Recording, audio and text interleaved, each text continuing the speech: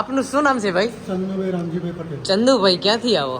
આણંદ જિલ્લો, પેટલાદ તાલુકો, આણંદથી આવો ને આ છત્તર અને ફાગણી ગામ.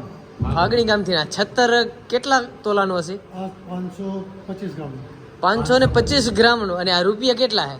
અને લાખ રૂપિયા. 1 લાખ રૂપિયા. આપો બાપુને આપો. આ લાખ રૂપિયા તમારી બેન કેટલી છે? બહેનો તો મૂકશો નહીં, અહીંયા બેનું કેટલી છે? કાકા દાદાની.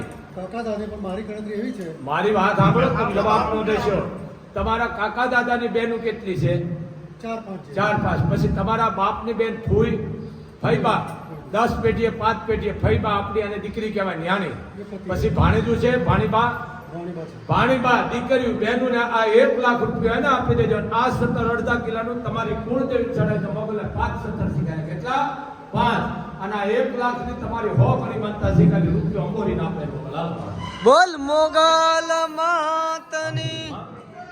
એક સમજી લેજો, આ તમારું કામ કર્યું કોઈ ચમત્કાર નથી, વિશ્વાસ.